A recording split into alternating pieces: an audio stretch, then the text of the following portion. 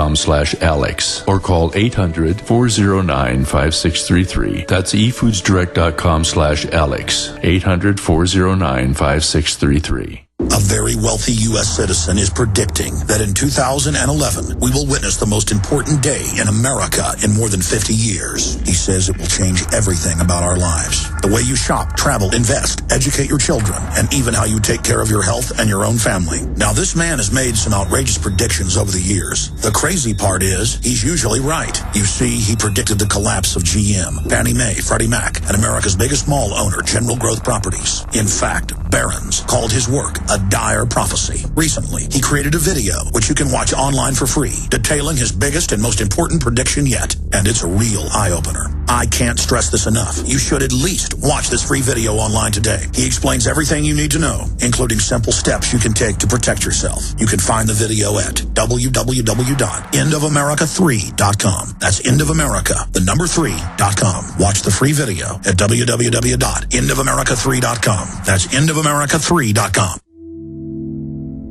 Hi folks, this is Alex Jones, and I want to tell you about the Silver Lungs generator. Now you can produce pure and endless colloidal silver and deliver the solution directly into the bloodstream by breathing the solution through the lungs. The respiratory system is the first line of defense for airborne pathogens and viruses. The Silver Lungs generator infuses the respiratory system with your self-produced nano-silver solutions and also delivers the silver nanoparticles instantly into the bloodstream. With continued legislation threatening the sale of nano-silver products, you can now produce pure and endless colloidal silver with the Silver Lungs generator. Very easy to follow, step-by-step instructions are provided, making production fast and simple.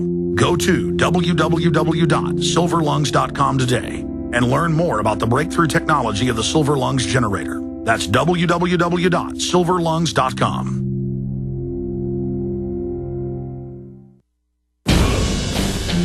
We now take you live to the Central Texas Command Center in the heart of the resistance. You're listening to The Alex Jones Show. Monday through Friday from 11 a.m. to 2 p.m. We're here live, Central Standard Time. Websites are Infowars.com and PrisonPlanet.tv. On our journey into a modern police state, the biggest signpost I've seen yet is not Chicago school districts saying parents can't pack their children's school lunches because they're not trusted. No, it's not even the face scanning cameras going up on street corners or even the military now engaged in domestic law enforcement. It's got to be the TSA and these radiation baking scanners and the groping that goes on. And I've seen all these headlines, girl 6 frisked by security guards at U.S. airport. Well, I tend to agree with what I saw last night with Geraldo Rivera when he pointed out this is not frisking, this is an assault. And I've had district attorneys on from San Francisco and other places that say if they saw things like what happened to little Anna, that they would charge the TSA minion with sexual assault. Joining us via video Skype is Selena Drexel, the mother of Anna Drexel, the little 6-year-old who politely went through that ordeal but then broke down crying afterwards. And, of course, Dr. Todd Drexel was also traveling with his wife, Selena Drexel, and their other children. And joining us via video Skype from Bowling Green, Kentucky, is Selena Drexel. Selena, thank you for coming on. Thank you, Alex. Well, so much has happened, and I've seen other TV interviews and radio interviews you've done where they basically ask the questions. Out of the gates, before I ask my questions, what are you most concerned with the ordeal that you and your family went through, and why are you giving interviews to the media? Well, the reason that the message that we're trying to get out is that this has to stop, preferably for everybody with the groping, but especially for children, because, I want to believe that the TSA, in theory, would be well-intentioned to try to keep passengers safe while they're, in the course of a 2 or 3 hour flight. But I'm interested in keeping children safe when they're on the ground as well. And the methods that they have in place right now are setting kids up to be vulnerable to child predators who would take advantage of a child who's then been conditioned to ignore that feeling of wrongness, that uneasy feeling you get when someone's touching you in an inappropriate manner. If you have frequent flyer children that are then conditioned to accept this, you're setting them up to be vulnerable to child predators, and it has to stop. Well, I remember seeing reports a few months ago with top child psychologists going on the news and saying this is training children that authority figures can molest them. And Governor Jesse Ventura has had them grab his genitals through the pants.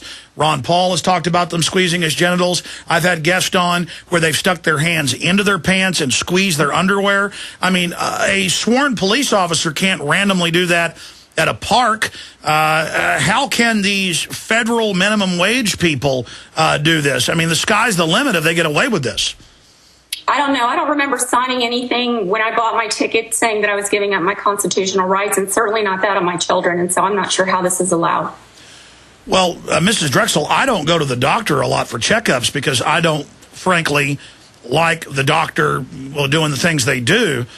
In the few checkups I've had, I can't imagine what it's like for a 6-year-old girl. I mean, I have a 6-year-old daughter. I have a 3-year-old daughter, and they're both very spunky and smart and outgoing. But when they're around strangers they don't know, especially authority figures in uniforms and things, they tend to hang onto my leg and get behind me. That's just normal instinct. I don't think my daughters would have held up as well as your daughter did. I mean, as soon as they began to whimper and cry, I would probably do what any mammal would do when its young is under attack. I would attack, and then I'd be charged as some type of terrorist.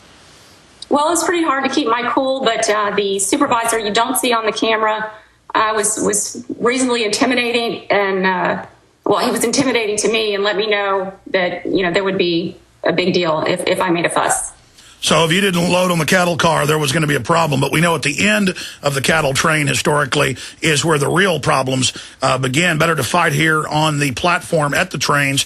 Now you mentioned that on ABC, but they basically cut in over you. Specifically, talk about, because 90% of communication is nonverbal. Tell us about the nonverbal bowing up that you went through. I've been through that as well, where they let you know if you cause trouble. I mean, take your time. Describe what you saw. Well, the female agents that were ushering folks through the scanners, I've been through a lot of TSA procedures. We're frequent flyers. We travel, 4 or 5 times a year is what I consider to be, reasonably frequent. And in most other cities that we've been in, the TSA has been reasonably, accommodating. Yes, we know we have to do this, and they're reasonably polite. This particular crew was fairly aggressive and intimidating. I did ask questions. I did request alternates and was refused and not given any information. The TSA supervisor was sitting behind a desk and, overseeing this. And I recognized that he was the one in charge and protested to him off camera, both before and after the video started rolling. And was refused, and he let me know. He physically got into my personal space. He was, maybe 6 foot tall. I don't know how tall he was, but he was a lot bigger than I was, and let me know that, just don't. So. Well, that's why none of my children have flown. Now, my wife has not flown since all of this, because not just myself, but my wife, I don't think, would have the control that you did. And we commend your control because you shot the video, you exposed what they were doing, and to have them get in your space, describe how he got in your space and exactly how he was looking at you for folks that are out there listening. Well, he didn't use profanity or anything like that. I mean, he was, technically professional, but in a police, I'm in control type of, demeanor. And so I'm not particularly angry with this crew. I think they were following the instructions that they'd be given. It's the instructions that I have a problem with. It's the fact that we're even doing this at all is what I have a problem with, and I would like to get changed. But specifically then, I mean, is it accurate to say he did that kind of sticking his chest out, arms out, getting in your space, kind of like a drill sergeant? I mean, how did he bow up to you? Sure, exactly. Yeah, just classic, get on the cattle car, shut up. Meanwhile, I hear a child on the video, it looks like separate from your daughter, saying, I don't want him to touch me, I don't want him to touch my clothes. Was that some of your other children or someone else's children? Right. the video picks up about halfway through the process. I went through the pat down first and was actually given a lighter version of the pat down than Anna was given. When I managed to get my phone back and hand it over to Todd, he was also holding the 2-year-old who you hear on the video, trying to manage all the other, our belongings that were coming through the conveyor belt. Other passengers were shoving it on the floor, shoving it aside. Being in New Orleans, I was concerned about theft, trying to make sure that, not only is my daughter safe, my other 2 children are taken care of, plus no one's running off with our stuff. And so it was fairly chaotic. I think we managed it, reasonably well. That is Caroline, my youngest, you hear on the video. And it's kind of comical. Some of the news agencies have attributed her statements to Anna. And I don't, maybe it's because I'm a parent. I don't particularly think that a 2-year-old sounds the same as a 6-year-old. She was saying she didn't want them to take her clothes. But then she changed the subject and wanted to use the iPhone to play Angry Birds. And then the third comment that she made, she wanted her shoes back because they had, we had made her give up her shoes to go through the inspection, and she wanted those back. And so those are the comments that you hear her making. Anna only said yes, ma'am, a couple of times, and pretty much was doing what she was told. Well, ma'am, we've studied it. This is social engineering, social conditioning, that we're basically all criminals. The government can do whatever it wants. It's a federal power grab, violating the 9th and 10th Amendment, to have unsworn federal officers, much less sworn. I mean, just a few years ago, the FBI had to get permission to come into your town or county. Now they're running most of the investigations. Same thing with this new federal bureaucracy. Were you aware that the TSA is now running highway checkpoints and checkpoints at train stations and bus stations? I am now.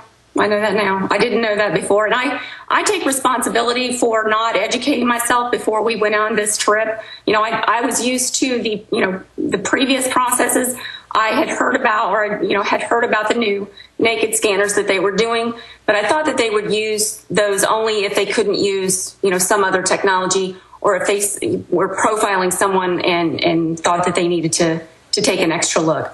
As far as pat downs for children, I had heard that there was an age limit of 13 and up. It's not clear to me, it's been a few days since this has happened, and I've tried to do some online research to find out exactly what the rule is. And I don't think it's... Well, just so you know, they told the Washington Post in November of last year and put on their own TSA website that children under 12 would not be given enhanced pat-down. In fact, let's put that headline up for prisonplanet.tv viewers. We also then wrote an article about it. TSA caught lying about pat-downs of children. Yes, they're constantly changing their story. If you go back to November of last year, ma'am, this all started in the media when one of my crew members, Michelle, went to Colorado to ski with her 8-year-old daughter and her 1.5-year-old daughter with their family. On their way back, a man groped her and squeezed her private parts and everything and tried to go in the waistband. Then the man tried to grope the 8-year-old and the year-old. She demanded a woman. But still, I mean, if a man gropes you and sexually assaults you, or a woman does, a person's a person.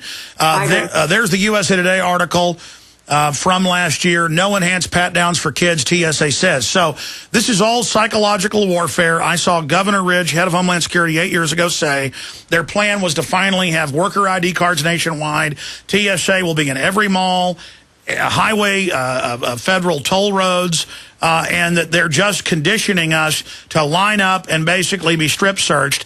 And this is what authoritarians always do. In communist China, in Russia, in Nazi Germany, they first have you show papers, then they teach you to put their hands on you.